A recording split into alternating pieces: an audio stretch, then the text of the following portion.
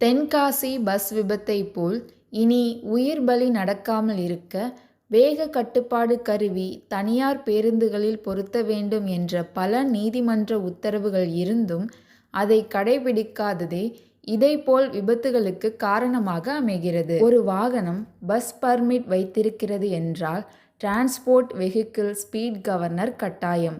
அது அரசு பேருந்தா, தனியாரா, சுற்றுலா பேருந்தா, எதுவாக இருந்தாலும் பர்மிட் ப்ளஸ் பப்ளிக் கரேஜ், அதாவது ஸ்பீட் கவர்னர் கட்டாயம். அரசு அதிகாரிகள் வேகத்தின் அளவை நிர்ணயம் செய்திருக்க வேண்டும். அதிகாரிகள் வசூல் செய்து மேல் இடத்திற்கு படி கட்டுவதையே குறிக்கோளாக வைத்திருந்தால் என்ன செய்ய முடியும்? இதைப்போல்தான் கோர விபத்துகள் நடக்கும். நிவாரணம் மட்டும் தீர்வு ஆகாது.